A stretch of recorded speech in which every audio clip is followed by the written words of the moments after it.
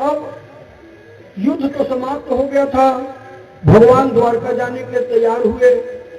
तो माता कुंती जो है प्रार्थना करके और जो है भगवान से प्रार्थना करके कहती है कि महाराज, ये मेरे पांचों भाई जो मेरे पुत्र हैं वो बहुत जो है बहुत दुखी हैं। क्यों कि पूरे कौरव वंश का नाश हो गया है, पांडव वंश के भी बहुत सारे योद्धा लोग युद्ध के मैदान में मारे गए हैं।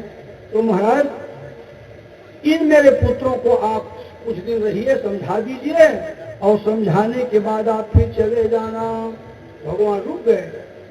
फिर सज्जनों, भगवान ने कहा, युधिष्ठिर अब चलो युद्ध भूमि में 56 दिन हो गया, पितामह भीष्म बाण की सैया में सोए हुए हैं। पितामह भीष्म से जाकर के कुछ धर्म के बारे में उनसे कुछ शिक्षा प्राप्त कर लो। चलो महाराज। फिर रथ में सब बैठे, पांचों भाई पांडव, कुंती, द्रौपदी, महाराज श्री कृष्ण जी, और चलते चलते वहां महाराज भीष्म पितामह पड़े हुए थे, वहां पर गए। जब सामने जाकर के पैर के तरफ भगवान जब खड़े हुए, और तो बाणे बाण के सैया में सोए हुए थे पितामह भीष्म जो है, लंबा पैर किए हुए। तो महाराज भीष्म का नजर पड़ गया भगवान के ऊपर। भगवान के ऊपर नजर पड़ा, और तो बाण के सैया में थे। मन ही मन भगवान को प्रणाम किए, और मन ही मन भगवान को प्रणाम करके बोले, हे केशव, अच्छा किए, मैं रास्ता देख रहा था कि कन्हैया जरूर आएंगे, और उनके दर्शन करते करते मैं प्राण का त्याग करूंगा, ये मेरी अभिलाषा थी। आपने मेरे अभिलाषा को पूर्ण किया। हे केशव, आपका ये प्रतिज्ञा मुझे याद आता है केशव, जब मैंने आपने प्रतिज्ञा किया था कि लड़ाई के मैदान में एक तरफ मैं रहूंगा और एक तरफ नारायणी सेना रहेगी। अर्जुन और दुर्योधन दोनों निमंत्रण देने गए थे जब महाभारत लड़ाई के पूर्व। तो आपने कहा कि भाई एक तरफ मेरी नारायणी सेना रहेगी और एक तरफ मैं रहूंगा, किसको लेना है बताओ। तो दुर्योधन बोला, जो निहत्था है, जो न धनुष धारण करेगा न बाण धारण करेगा, ऐसे व्यक्ति को ले जाकर के मैं क्या करूंगा, तो नारायणी सेना मुझे दे दो। दुर्योधन नारायणी सेना को ले लिया। और अर्जुन महाराज जो है, अर्जुन महाराज भगवान को मांगे, प्रभु आप कुछ मत करना, खाली रहना, लेकिन आप मेरे साथ चलो, लड़ाई में मैं आपको अपने साथ में रखना चाहता हूँ। भगवान वैसे ही किए, और उन्होंने प्रतिज्ञा किया था कि मैं युद्ध के मैदान में किसी भी स्थिति में धनुष बाण हथियार अस्त्र धारण नहीं करूंगा। तो पितामह भीष्म बोले, भगवान प्रतिज्ञा किए, मैं देखता हूं भगवान अपने प्रतिज्ञा का त्याग करते हैं कि नहीं करते। तो सज्जनों, महाराज लड़ाई के समय पितामह भीष्म ने एक दिन प्रतिज्ञा कर दिया, आज जो हरि ही न शस्त्र गहाऊं, आज लड़ाई के मैदान में मैं श्री कृष्ण को यदि हथियार न पकड़वाया तो मैं शांतनु का बेटा भीष्म ने प्रतिज्ञा कर दी। अब लड़ाई के मैदान में गए, युद्ध हुआ, लड़ते लड़ते ऐसा मौका ला दिए पितामह भीष्म ने, इतना भयंकर बाणों की वर्षा किए, भयंकर बाणों की वर्षा किए। अर्जुन का रथ टूट गया, घोड़े जो है परास्त हो गए, उनमें सामर्थ्य नहीं था। अर्जुन के भयभीत हो गया कि अब मेरा प्राण बचने वाला नहीं है। उस समय भगवान जो है रथ के पहिया को निकाले, और रथ को पहिया को निकाल करके और पितामह भीष्म को मारने के लिए दौड़ पड़े। जब दौड़ पड़े भगवान, तो पृथ्वी माता जो है भयभीत हो गई कि प्रभु आप अपने प्रतिज्ञा को छोड़ करके अस्त्र लेकर के जा रहे हो, आपने तो बोला था कि मैं अस्त्र नहीं पकड़ूंगा, और आप प्रतिज्ञा को छोड़ रहे हैं, तो हो सकता है कि बचे हुए और जो पापी जन हैं उनको मारने की प्रतिज्ञा को भी आप छोड़ दो, तो मेरा पृथ्वी का भार तो जो के तो रह जाएगा। पृथ्वी डर गई भगवान को दौड़ते देख करके। तो भगवान ओढ़े हुए अपने पीताम्बर को जमीन में पटक दिए, और जमीन में पटक करके सज्जनों और भगवान दौड़ पड़े। तब पितामह भीष्म ने कहा युद्ध के मैदान में कि हे केशव, हे केशव, हे भगवान, हे परमपिता परमात्मा, आपने मेरे प्रतिज्ञा को पूर्ण कर दिया, आपने अपने प्रतिज्ञा को छोड़ दिया। मैं यही देखना चाहता था कि अपना मान टले टल जाए, पर भक्त का मान न टलते देखा, प्रभु को नियम बदलते देखा। प्रभु को नियम बदलते देखा। अपना मान टले टल जाए पर भक्त का मान न टलते देखा। अपनी प्रतिज्ञा को भगवान भले ही टाल दें, लेकिन भक्ति की प्रतिज्ञा को नहीं टालते। हे प्रभु, मैं सोचता हूँ कि अरे भला बुरा मैंने आपको जो कुछ भी यदि कुछ कहा होगा तो प्रभु मेरे अपराध को क्षमा कर देना। अच्छा किए केशव जो आप आ गए हो। तो फिर युधिष्ठिर प्रणाम किए, बोले दादा आपने बचपना से उंगली पकड़ के हमको चलना सिखाया, आपने हमको धनुष बाण चलाना द्रोणाचार्य को बुला करके सिखाया, हमारा लालन पालन किया, और आज हम ऐसे पापी हैं कि बाणों की सैया पर आपको सुला दिए। आज 56 दिन हो गया, एक महीने 2 महीना में 4 दिन बाकी था। 56 दिन तक पूरा पैर से लेकर सिर तक के बाण के नोक के ऊपर में महाराज पितामह भीष्म सोए हुए थे और नीचे पूरा खून सूख गया था निकल करके शरीर से। तो मैं आपसे कुछ ज्ञान की बातें सुनने आया हूँ। तो फिर पितामह भीष्म ने कहा कि युधिष्ठिर चित्त को लगा करके सुनो। तो फिर वर्ण धर्म, आश्रम धर्म, पिता का धर्म, पुत्र का धर्म, स्त्री का धर्म, प्रजा का धर्म, राजा का धर्म, नाना प्रकार के धर्म की बातें उपदेश में उनको दिए और प्रणाम किए। महाराज पितामह भीष्म ने कहा, हे केशव, मैं प्रार्थना करता हूँ प्रभु, जब तक इस शरीर से मेरा प्राण न निकल जाए मुझे छोड़ के मत जाना। भगवान शांत चित्त से खड़े रहे और पितामह भीष्म भगवान के नख से लेकर के सिर तक का जो दिव्य स्वरूप है वो नेत्र बंद करके ध्यान करते रहे। और जैसे उत्तरायण आया, उत्तरायण आते ही पितामह भीष्म ने अपने देह का त्याग कर दिया। प्रेम से वृंदावन बिहारी लाल की जय। इस प्रकार पितामह भीष्म ने अपने देह का त्याग कर दिया। तो भगवान का भजन कर लेते हैं।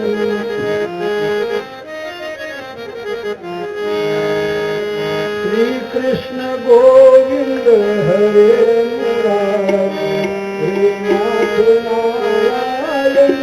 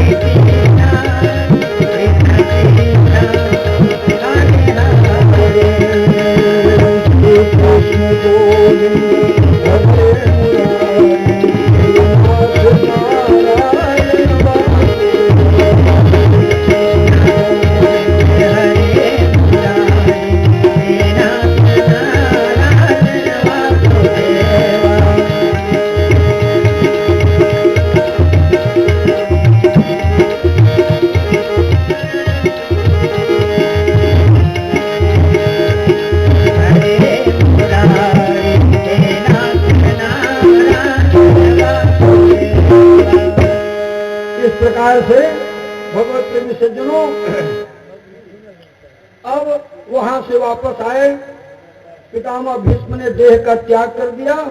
भगवान कृष्ण ने आज्ञा दिया कि हे युधिष्ठिर, जितने भी आपके परिवार के लोग जो मरे हुए हैं ना युद्ध के मैदान में, सबकी अंत्येष्टि कर्म को पूरा करो। तो सबके दाह संस्कार किए, पिंडा श्राद्ध जो होता है वो सब किए, कुटुंब भोजन आदि जो कराना चाहिए ये सब पूरा किए। भगवान तब तक के रुके रहे इंद्रप्रस्थ में। और इसके बाद में सज्जनों अब चलने की तैयारी हुई। भगवान बोले कि मां बुआ अब मुझे आज्ञा दो, क्योंकि भगवान श्री कृष्ण के पिताजी वसुदेव महाराज जो थे वो युधिष्ठिर के मामा लगते थे, और युधिष्ठिर की माता जो कुंती है वो भगवान कृष्ण की बुआ लगती थी। माने ये मामा और बुआ के ये भाई थे, भगवान श्री कृष्ण और पांचों भाई पांडव। कुंती भगवान कृष्ण की बुआ थी। भगवान ने आज्ञा मांगा कि हे बुआ अब आज्ञा दो, हमें जाना है। जब मांगने लगे आज्ञा तो द्रौपदी और कुंती सामने आकर के स्तुति करने लगे। क्या स्तुति करते हैं? नमस्ते पुरुषं त्वां आद्यं ईश्वरं प्रकृते परम अलक्ष्यं सर्वभूतानां अंतर्बहि अवस्थितम्। हे प्रभु, आप संसार में एकमात्र पुरुष हो और आपका न आदि का पता है न अंत का पता है, आप स्वयं साक्षात परमात्मा हो। हमने आपको पहचाना नहीं, हम तो केवल आपको अपना रिश्तेदार मानते रहे, और रिश्तेदार मान करके कभी कभी समय में ऊंचा नीचा कोई बात यदि हुआ होगा तो बेटा क्षमा कर देना, बेटा क्षमा कर देना हमारे अपराध को। क्यों कि भाई समझ करके, मामा का लड़का है ऐसा समझ करके यदि पांचों भाई पांडवों में से किसी ने कभी कुछ ऊंच नीच बातें कह दी हो तो हे कन्हैया क्षमा कर देना बेटा। कृष्णाय वासुदेवाय देवकी नंदनाय च नंद गोप कुमाराय गोविंदाय नमो नमः। नमः पंकज नाभाय नमः पंकज मालिने नमः पंकज नेत्राय नमस्ते पंकजांघ्रये। भगवान की स्तुति करते हैं। प्रभु आप नाभि कमल जो है, भगवान जो है आपके नाभि कमल से ब्रह्मा जी का जन्म हुआ है। हे कमल के माला धारण करने वाले, हे कमल के समान नेत्र वाले, और हे कमल नयन भगवान आपकी जय हो, आपकी जय हो, आपकी जय हो। ऐसा कुंती और जो है द्रौपदी दोनों भी स्तुति करने लगे हैं। उनकी स्तुति से प्रसन्न होकर भगवान ने कहा हे प्रभु, कुंती और द्रौपदी ने कहा हे प्रभु, आपने जब दुर्योधन ने भीम को मारने के जहर का लड्डू दिया, लाक्षागृह में ले जाकर के सुला दिए, लाखे लाख के घर में रात में आग लगा दिए कि सब मर जाएंगे, पांचों भाई पांडव और कुंती आदि। उस समय बेटा आपने रक्षा किया। हिडिंब नाम का राक्षस, वो हिडिंब नाम के राक्षस से आपने रक्षा की। फिर वनवास में 12 साल तक वनवास, 1 साल तक अज्ञातवास में रहे, आपने उस समय बचाया। हे बेटा, कौरव पांडव का युद्ध हुआ, 11 अक्षौणी सेना कौरवों की तरफ, 7 अक्षौणी सेना हमारे तरफ। आपने हमें विजय श्री दिलवाया, आपने आपके प्रभाव से, आपके प्रताप से विजय की प्राप्ति हमको हुई। आज मेरे पांचों पुत्र सुरक्षित हैं और अत्याचार करने वाला दुर्योधन 100 भाई सहित मारा गया। यद्यपि मुझे दुख है, वो भी मेरे पुत्र ही थे, कोई दूसरे नहीं थे, लेकिन समझाने पर किसी के बात को नहीं समझे। विशान महाग्ने पुरुषाद दर्शनात् सत्य सभाया वनवास कृच्छतः मृधे मृधे अनेक महारथ अस्त्रतो द्रोण्य सतस्वास्व हरे अभिरक्षिता। अभी अभी अश्वत्थामा के ब्रह्मास्त्र से भी आपने हमारी रक्षा की। हे केशव, आपकी जय हो, जय हो। भगवान ने कहा बुआ वरदान मांग लो, मैं तुमको देने के तैयार हूं, जो मांगना हो मांग लो। तो क्या मांगती है? क्या मांगती है कि हे प्रभु, हे जगत गुरु, हमारे जीवन में पद पद पर विपत्ति हमारे जीवन में आती रहे, यही आशीर्वाद हमको, यही वरदान हमको दे। पद पद में जीवन में विपत्ति संकट जीवन भर आती रहे, ये वरदान दो बेटा। भगवान सुन के आश्चर्य में पड़ गए। कोई वैकुंठ मांगता है, कोई स्वर्ग मांगता है, कोई संपत्ति मांगते हैं, कोई राज्य मांगते हैं। बुआ, तुम्हारा दिमाग खराब तो नहीं हो गया? तुम विपत्ति मांग रही हो, मैं अपने बुआ को विपत्ति पाने का वरदान दूंगा। तो बोले बेटा, इसलिए मैं विपत्ति के वरदान मांग रही हूँ, जब जब विपत्ति आया बेटा, तब तब विपत्ति में खड़े होकर के तुमने मदद किया है हमारा। संपत्ति को पा करके संपत्तिवान पुरुष भगवान को भूल जाता है। मोह माया में, संपत्ति के मद में, अभिमान में भगवान को भूल जाता है। दुख में सुमिरन सब करे, सुख में करे न कोई, और जो सुख में सुमिरन करे तो दुख काहे हो। सुख के मस्तक पर सील लोढ़िया पर लेके, सुख के मस्तक पर सील और लोढ़िया पड़ जाए उसके माथे पर, लेकिन बेटा मैं दुख की बलिहारी जाती हूँ। क्यों? कि दुख वो चीज है कि विपत्ति आने पर मनुष्य भगवान का याद करता है, भगवान का स्मरण करता है संकट आने पर। इसलिए हे केशव, मैं चाहती हूँ कि मेरे जिंदगी में सदैव विपत्ति आती रहे, यही वरदान मुझे दो। विपदः सन्तु नः शश्वत् तत्र तत्र जगत गुरो भवतो दर्शनम यस्यात् पुनर्भव दर्शनम। जन्म ऐश्वर्य श्रुत श्रीभिः रेधमान मदः पुमान् नैव अर्हत्यभिधातुं वै त्वाम् अकिंचन गोचरम। हे प्रभु, अकिंचन अगोचर, गरीब जो व्यक्ति होता है, साधु है, संत है, जिनके पास धन नहीं है, संपत्ति नहीं है, कोष नहीं है, खजाना नहीं है, दिन रात 24 घंटा आपके कीर्तन भजन में मगन रहते हैं, जीवन भर सुख भोगते हैं और मरने के बाद तुम्हारे लोक को प्राप्त कर लेते हैं। क्योंकि संसार में कोई व्यक्ति अपना जितना जिसको मिला है ना, उससे संतुष्ट नहीं है। जो एकदम गरीब है वो सोचता है महाराज कम से कम 2 कुरिया लेंटर वाले खोजे, महाराज खपरा खोजे में नहीं मिला, अब कुम्हार मन खपरा बनावे नहीं, बरसात में खपरा फूट जैसे बेंद्रा कुदई में, तो रात का नींद भर सोई नहीं मिला महाराज। बरसात के पानी में 2 कमरे का कम से कम पक्का मकान तो हो जाता है। जिसके 2 कमरा है वो और चाहता है कि कम से कम थोड़ा सा और बढ़ जाता, एक हाल बना लेते और वो किचन आदि की व्यवस्था थोड़ा परिपूर्ण हो जाता। फिर आगे हो गया तो सोचते हैं कि 1 मंजिल में गर्मी बहुत लगता है जेठ बैसाख में, 2 मंजिला हो जाता तो नीचे में हम लोग रहते, ऊपर को किराया दे देते। क्यों? कि ऊपर में गर्मी ज्यादा होता है, नीचे में गर्मी कम होता है। तो सज्जनों, धनहीन कहे धनवान सुखी, धनवान कहे सुख राजा को भारी, राजा कहे महाराजा सुखी, महाराजा कहे सुख इंद्र को भारी, इंद्र कहे चतुरानन को सुख, चतुरानन कहे सुख विष्णु को भारी, तुलसीदास विचार कहे हरि भक्त को छोड़ सबे है भिखारी। संसार में भगवान के भक्त ना आगे पीछे कर का हो देखा चिंता नहीं है। सुबह उठाओ, भिक्षा वृत्ति के लिए जाओ, एक घर में भिक्षा मांग लो, भर पेट भोजन हो गया, आराम से सोए रहो। और जो संपत्ति के लालच में है, संपत्ति नहीं है तब चिंता, दिन रात हाय हाय हम गरीब हैं, हम गरीब हैं, भगवान हमें गरीब बना दी, भगवान हमें गरीब बना दी। अब गरीब से संपत्ति मिल गया, घर में पैसा कौड़ी सोना चांदी पर्याप्त मात्रा में है, तो रात भर डोकरे नहीं सोए, फिर खांसी खांसी रात भर खांसते के जागत है डोकरा की चोर मनी यही से।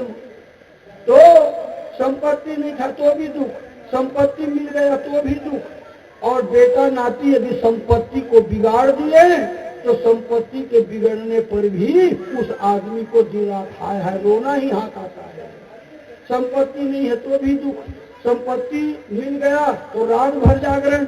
हमारे गांव में ठीक सियार रही थे, वो अपन करिहन ना रस्सी बांध के सोए, जे गांव से कलथी रहे तो ठन ठन घंटी बाजे। क्या वो बड़े बड़े आगू जमाने में कोदो रखी गए बनाओ, तो उमर मुसवा कूदे तो मुसवा है खाते अनाज रखे के, तो जे हम रात के कलथी ले तो बाजक मुसवा मन भर भर हमारे गांव तीर में हो, गांव नाम नहीं बताऊं। तो कहने का मतलब ये है सज्जनों कि इस तरह की स्थिति नहीं है तो भी दुख, मिल गया तो कैसे रक्षा करेंगे इस बात का दुख, और घर में बेटा नाती यदि बिगाड़ दिए तो भी दुख है।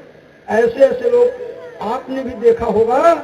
हमारे यहाँ एक आदमी था, बहुत मंडल था, उसके घर में कोई मांगने के लिए कहीं चले जाए ना तो लाठी है कि दुआरी छो बैठे रहती, कोई ऊंचे है चौड़ा है तो गदा कमाते हैं, लाठी लुकावे भीख मंगा मन के लिए। सज्जनों इस तरह से भीख मांगने वाले व्यक्ति को भीख नहीं मिलता था, और उसी व्यक्ति की जीते जी ऐसा मौका आ गया कि मरने पर सींचने के लिए उसके घर में एक काठा धान नहीं निकला, और गांव के सबसे बड़े मंडल था। तो कहने का तात्पर्य है कि धर्म के धन्ना घटे जो सहाय रघुवीर, और तुलसी पक्षी के पिए घटे न सरिता नीर। तो भाई एक जन्म में कुछ दान पुण्य कर दे, हाथ बटावे तब तो कुछ प्राप्त हो ही। अब एक जन्म में हाथ में सकेल दे, जब समय मिले दान पुण्य करे के मनुष्य के रूप में कमाए है, मेहनत करे है, तो कुछ दान पुण्य धर्म के काम में लगाओ। प्रगटचारी पद धर्म के कलिमह एक प्रधान, और ये न के न विधि जिन्हें दान करे कल्याण। चाहे मन नहीं तो भी दे, लोक लाज मत दे, देखा सीखी दे, लेकिन दान कर। कलयुग में दान कर्म में ही कल्याण है। और दान करने का तात्पर्य क्या है सज्जनों, जैसे ये दीवार है, एक गेंद ले लो और गेंद को उछालो, दीवार में जाग पड़ता है, और दीवार में टकराने के बाद वो गेंद मारने वाले की तरफ फिर लौट जाएगा, मारो आपके तरफ फिर लौटेगा। तो जो आप दान देंगे जीवन में, वो लौट करके कई गुना हो करके पुनः आपको प्राप्त होने वाला है। इसलिए सदैव मनुष्य को दान धर्म में मन लगाना चाहिए। नमो अकिंचन वित्ताय निवृत्त गुण वृत्तये, आत्मा रामाय शांताय कैवल्य पतये नमः। श्री कृष्ण कृष्ण सख कृष्ण ऋषभाव निध्रुव राजन्य वंश दहनान अपवर्ग वीर्य, गोविंद गोद्विज सुरार्ति हरावतार, योगेश्वर अखिल गुरु भगवन नमस्ते। इस प्रकार वरदान मांगे, भगवान चले गए। फिर युधिष्ठिर जी 3 अश्वमेध यज्ञ किए, और युधिष्ठिर जी 3 अश्वमेध यज्ञ करके और बड़े सुखपूर्वक राज्य कुछ दिन किए कौरवों को जीतने के बाद। इधर भगवान श्री कृष्ण के परिवार की संख्या 56 करोड़ यदुवंशी। भगवान वंश का नाम है यदुवंश। यदुवंश के संख्या कितना? 56 करोड़। भगवान के 16,108 रानी, हर रानी के 10-10 बेटा, तो 1,61,080 जन बेटा रही भगवान कृष्ण के। 1,61,080 बेटा, और फिर ओके कन बहू, और फिर सबो बहू मन की बेटी बेटा पैदा हुई, तो 56 करोड़ यदुवंशी मन की संख्या। सब कंस आदि पापी मन के समन करे के बाद, नष्ट करे के बाद भगवान सोचिन कि मैं तो आया था पापियों के नाश करने के लिए, वो तो हो गया, मेरे बल को पा करके ये यदुवंशी लोग बढ़े हुए हैं, यदि इनको छोड़ के मैं चला जाऊंगा तो ये लोग अत्याचार करेंगे। तो फिर सज्जनों भगवान दुर्वासा ऋषि के माध्यम से श्राप दिलवा दिए, और दुर्वासा ऋषि के माध्यम से श्राप दिलवा करके और प्रभास क्षेत्र ले गए। प्रभास क्षेत्र में जाने के बाद ऐरे नाम के जो है घास से आपस में एक दूसरे को मारने लगे। धान के पीठी के बने हुए शराब उसको पी लिया यदुवंशी लोग, और बाप बेटा को, बेटा बाप को, भाई भाई को, मित्र मित्र को आपस में नशा के कारण मारने लग गए और 56 करोड़ यदुवंशी पूरा समाप्त हो गया। बलराम जी ने भी देह को त्याग दिया, भगवान कृष्ण भी देह के सहित सशरीर अपने गोलोक धाम को चले गए। जब युधिष्ठिर को पता चला तो युधिष्ठिर जी सोचे हमारा प्रीतम जब कृष्ण ही नहीं रहे तो हम रह के दुनिया में क्या करेंगे। तो युधिष्ठिर आदि भी जो है भगवत प्रेमी सज्जनों स्वर्गारोहण की तैयारी किए और स्वर्गारोहण की तैयारी। इसी बीच में सज्जनों उत्तरा के गर्भ से राजा परीक्षित का जन्म हुआ, परीक्षित का नामकरण किया गया। ब्राह्मणों ने बताया कि महाराज तो बहुत बड़े जो है धर्मात्मा राजा होंगे आपके परिवार में, लालन पालन उनका हुआ। अभी परीक्षित जी मुश्किल में 17-18 वर्ष की इनकी आयु थी। इसी बीच में कृष्ण के परम धाम जाने के बाद महाराज परीक्षित को राज्य दे करके और युधिष्ठिर आदि पांचों भाई पांडव स्वर्गारोहण कर गए। इधर महाराज बड़े प्रेम पूर्वक अपने जीवन का समय व्यतीत करने लगे। चलते चलते कुछ दिन का समय आया, जैसा कि मैंने आपको बताया था कि समीक ऋषि के गले में मरे हुए सांप को डाल दिए, श्राप हो गया 7वें दिन तक्षक सर्प के डसने का। तो अपने पुत्र को राज्य सौंपे और अपने पुत्र को राज्य सौंप करके और परीक्षित जी गंगा के किनारे जा करके दिव्य आसन लगा करके भगवान को प्राप्त करने की इच्छा से बैठ गए। बहुत सारे संत मुनि महात्मा देवता लोग भी मनुष्य के शरीर बनाकर, गंधर्व किन्नर यक्ष सब मनुष्य के शरीर बना करके आए। संत महात्मा लोग आए और बड़े प्रेम पूर्वक भागवत की कथा सुखदेव जी महाराज के द्वारा जो है वो श्रवण करने का अवसर उनको प्राप्त हुआ। तो सज्जनों, इस प्रकार महाराज सूत जी ने सौनक आदि ऋषियों को परीक्षित क्यों भागवत कथा सुनने के लिए गंगा के किनारे आए, राज्य को क्यों उन्होंने छोड़ा, ये प्रश्न जो था उस प्रश्न का उत्तर उन्होंने दिया कि श्राप के वजह से मैं 7 दिन के अंदर कोई उपाय कर लूंगा और उपाय करके भवसागर से पार हो जाऊंगा। ये सोच करके राजा गंगा किनारे आ गया। जीवन है तेरे हवाले मुरैया वाले, जीवन है तेरे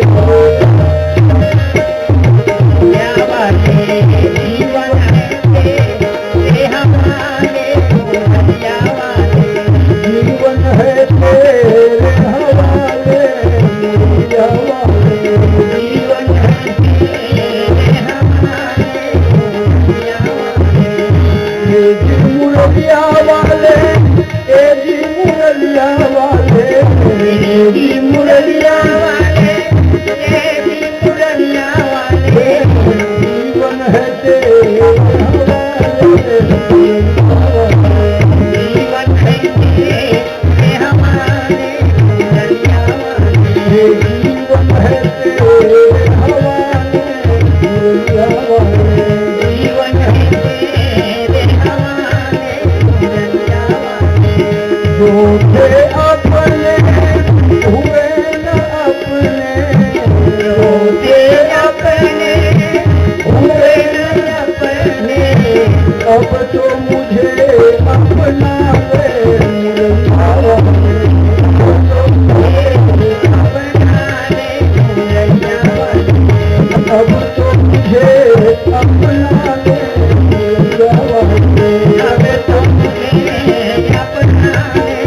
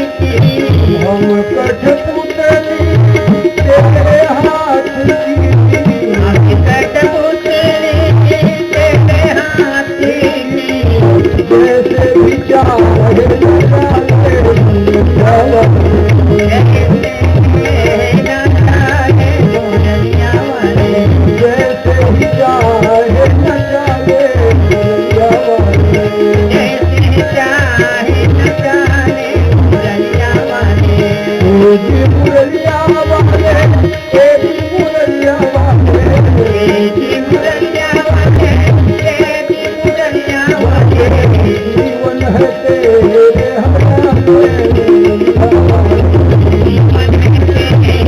हवाले मुरलिया वाले जीवन है तेरे हवाले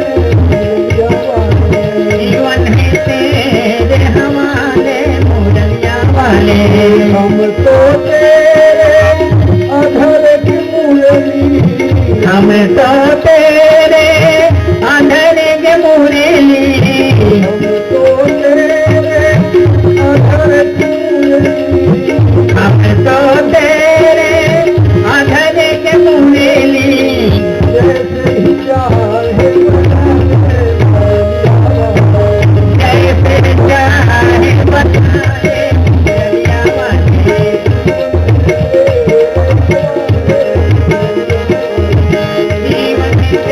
हवाले मुरलिया वाले जीवन है तेरे हवाले मुरलिया वाले जीवन है तेरे हवाले मुरलिया वाले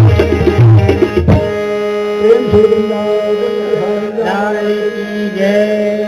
इस प्रकार से भगवत प्रेमी सज्जनों महाराज परीक्षित जो है, महाराज परीक्षित जी प्रश्न करते हैं कि महाराज जिसकी मृत्यु नजदीक हो, जिसका मृत्यु नजदीक हो, ऐसे नजदीक मृत्यु वाले व्यक्ति की मुक्ति कैसे होगी? प्रभु इसका उपाय बताएं कि जिसका समय अंतिम हो किसी कारण से, तो वो उस मुक्ति कैसे प्राप्त करेगा? तो महाराज सुखदेव जी ने कहा, हे राजा परीक्षित, चित्त को लगा करके भगवान की कथा को सुनो। भगवान की कथा में वो ताकत है कि तुम्हें वो मुक्ति प्रदान करेगा, मुक्ति प्रदान करने में वो सक्षम है। खटवांग नाम के एक राजा थे, उसने तो केवल 2 घड़ी में मुक्ति पा लिया था, केवल 2 घड़ी में। आपके पास तो 7 दिन का समय है, तो महाराज कैसे 2 घड़ी में मुक्ति मिली उसको? महाराज तो बता रहे हैं कि एक बार देवासुर संग्राम हुआ, देवताओं और असुरों के बीच में भयंकर युद्ध। तो देवता लोग परास्त हो गए, ब्रह्मा जी के पास गए, बोले महाराज कैसे विजय प्राप्त करेंगे, असुर लोग तो बड़े ताकतवर हैं। तो ब्रह्मा जी ने कहा, अयोध्या में खटवांग नाम के एक राजा है, तो खटवांग राजा के पास जाओ, बड़ा बलवान राजा है, और वो यदि तुम्हारी मदद कर देगा तो युद्ध में तुम जीत जाओगे असुरों को।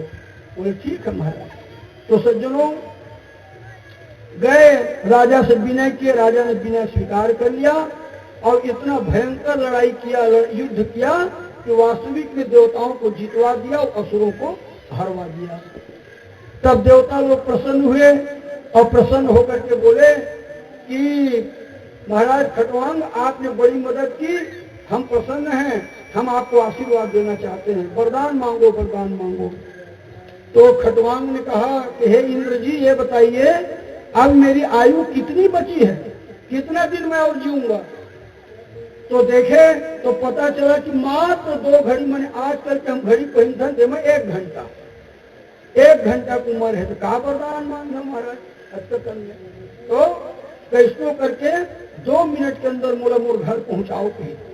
तो फिर दिव्य विमान दिए और दिव्य विमान में बैठा करके और राजा खटवांग को उनके घर में लाए। राजा खटवांग ने अपने बेटा को राज्य सौंपा और राज्य सौंप करके सरयू नदी के किनारे जाकर के बैठ गए, सरयू नदी में स्नान किए और पूरा करेचक कुंभक 3 प्रकार के प्राणायाम के द्वारा अपने आत्मा को ब्रह्मांड में स्थापित करके देह का त्याग कर दिया। भगवान के यहाँ से विमान आया और भगवान के यहाँ से विमान में बैठा करके और राजा खटवांग को साकेत धाम प्रदान कर दिए। तो बोले राजन, जब 2 घड़ी में राजा खटवांग मुक्ति पा सकता है तो आपके पास तो 7 दिन का समय बचा हुआ है, चिंता मत करो, निश्चित ही तुम्हें मुक्ति की प्राप्ति होगी। तो फिर जो भी प्रसंग उनके बीच में हुआ 2 बजने को है सज्जनों, तो 1 घंटा का विश्राम है, 2 बजे से 3 बजे और 3 बजे से फिर अभी बहुत सारी कथा है, बहुत सुंदर सुंदर कथा अभी आज के लिए बाकी है। मैंने हिरण्याक्ष वध तक की कथा होनी है, तो बहुत अच्छा सुंदर श्रेष्ठ कथा अभी बचा हुआ है। 1 घंटा विश्राम के बाद आप लोग अपना अपना आसन ग्रहण कर लेंगे और फिर शेष बचे हुए कथा सुनेंगे। और कल जड़ भरत तक की कथा होगी। कल भी बहुत अच्छा सुंदर कथा कल भी आपको सुनने को मिलेगा। भागवत पुराण में जितनी कथाएं हैं सज्जनों सब बहुत अच्छी कथाएं हैं। और 17 पुराणों को छांट कर सार कथाओं को भागवत में महाराज व्यास नारायण जी ने रखा है। चित्त को एकाग्र कर, मन को एकाग्र करके भगवान के कथा में श्रद्धा बना करके और शांत चित्त से बैठकर भगवान की कथा सुननी चाहिए। फिर देखो भगवान की कथा में बड़ा आनंद आता है। तो थोड़ा 2 मिनट कीर्तन कर लीजिए, उसके बाद 1 घंटा का विश्राम।